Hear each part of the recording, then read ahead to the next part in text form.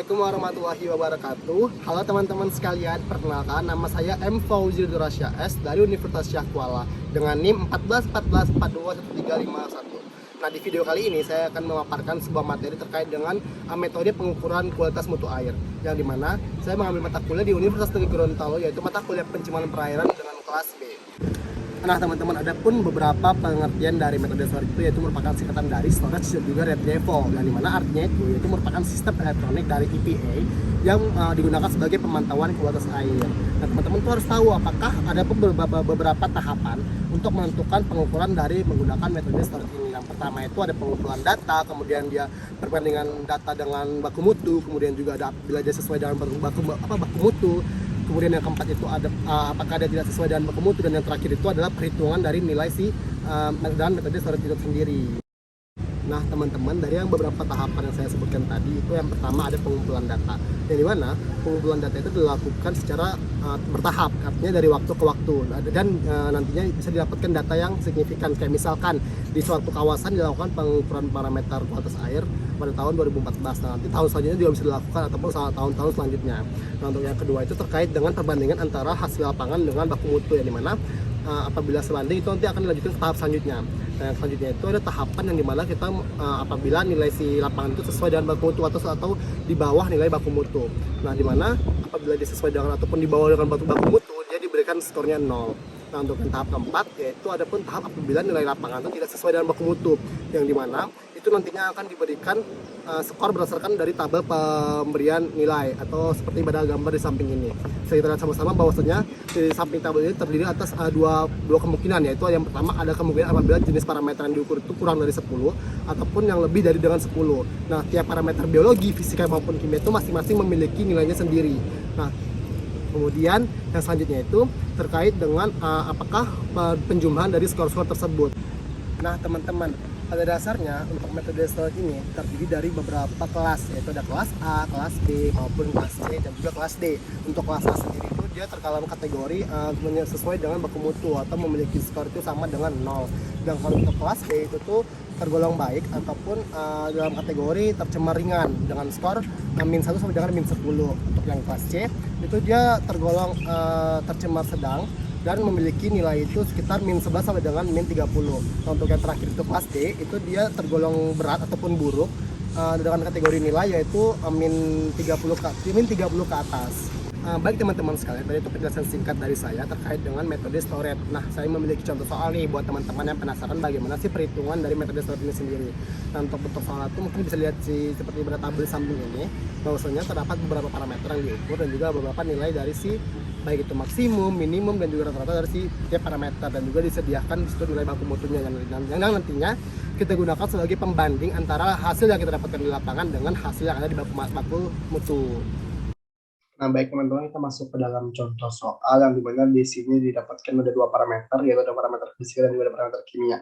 Yang dimana fisika itu terdiri dari TDS, suhu air, DHL, dan juga kecerahan, sedangkan kimia itu terdiri dari bahan-bahan anorganik, yaitu seperti Hg, As, Ba, dan juga ada F. Nah, yang dimana pada masing-masing ini memiliki nilai maksimum pengukuran, minimum pengukuran, beserta adanya nilai rata-rata pengukuran. Nah, untuk yang tidak memiliki baku mutu itu untuk perhitungan berdasarnya itu dia tidak ada pemberian skor atau diberikan skornya itu 0. Nah, jadi kita masuk ke yang pertama itu di parameter fisika itu ada suhu air yang memiliki baku mutunya itu seharusnya normalnya itu plus kurang lebihnya itu 30 derajat Celcius. Nah, jadi untuk nilai maksimumnya itu dia berada di bawah si baku mutu, artinya masih memenuhi, maka diberi skor 0, sedangkan minimumnya itu dia masih di bawah 30 juga, yaitu 20,5, maka diberikan skor 0. Dan juga rata-ratanya itu di bawah 30 derajat Celcius, yaitu 22,06, maka pemberian skornya itu 0. Maka apabila ditotalkan semuanya itu, maka pemberian skor untuk parameter suhu itu adalah 0. Nah, untuk yang tiga lainnya seperti TDS, DHL, juga kecerahan itu tidak memiliki skor pada perhitungan metode storage karena tidak memiliki nilai baku mutu. Masuk ke contoh yang parameter kimianya itu ada 4 juga yang dihitung, yaitu ada Hg, As, Da, dan juga ada F, di mana masing-masing memiliki nilai pengukuran maksimum nilai rata-rata. Nah, untuk si Hg sendiri itu nilai baku mutunya itu 0,002. Sedangkan untuk si maksimumnya itu dia 0,0296, artinya dia melebihi baku mutu, maka adanya pemberian skor di sini. Yang dimana pemberian skor untuk maksimumnya si Hg ini dia berarti di tabel sebelah kiri yang tabel biru, yaitu berarti di parameter kimia dan nilai maksimum dengan jumlah parameter itu di bawah 10. Berarti nilai yang skor yang diberikan itu adalah nilai negatif 2.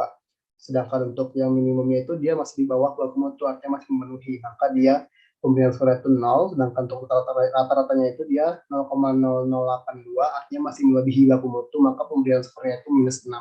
Maka untuk pemberian skor HG itu keseluruhannya itu adalah minus 2 tambah 0 tambah 2 minus 6, artinya jumlahnya itu adalah minus 8. Nah, selanjutnya itu adalah untuk nilai AS, yaitu untuk baku mutunya 0,5, maka pemberian skornya juga berdasarkan yang maksimum minimum rata-rata juga semuanya di bawah baku mutu atau masih memenuhi baku mutu. Sehingga skor yang diberikan itu adalah 0. Nah, untuk yang ketiga itu ada BA. Untuk BA sendiri itu dia baku mutunya itu 1,5. Sedangkan untuk nilai maksimum minimum maupun rata-ratanya itu dia di atas 1,5 semua. Artinya ada nilai masing-masing. Nah, untuk nilai maksimum sendiri dari kimia itu adalah minus 2. Sedangkan dari nilai minimumnya itu minus 2 dan nilai rata-ratanya itu minus 6. Maka total dari pemberian nilai dari parameter BA itu adalah minus 10. Nah, yang terakhir itu untuk nilai F itu adalah dengan baku mutu 0,01. Dan nilai maksimum minimum rata-ratanya itu di atas 0,01. Artinya setiap nilai memiliki skor. Dan dimana nilai maksimumnya itu dapat skor minus 2, nilai minimumnya minus 2, dan nilai rata-ratanya itu minus 6. Maka totalnya itu sama dengan parameter BA, yaitu minus 10.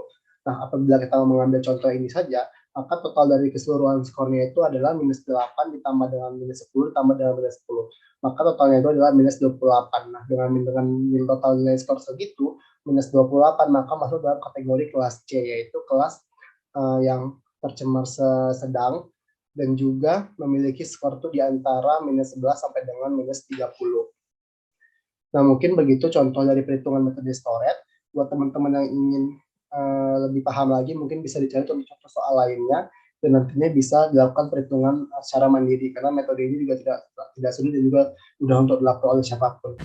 Nah, teman-teman, berikut adalah paparan saya terkait dengan metode Storet. Lebih kurang saya mohon maaf. Semoga bermanfaat buat kita semuanya. Wassalamualaikum warahmatullahi wabarakatuh. Dadah.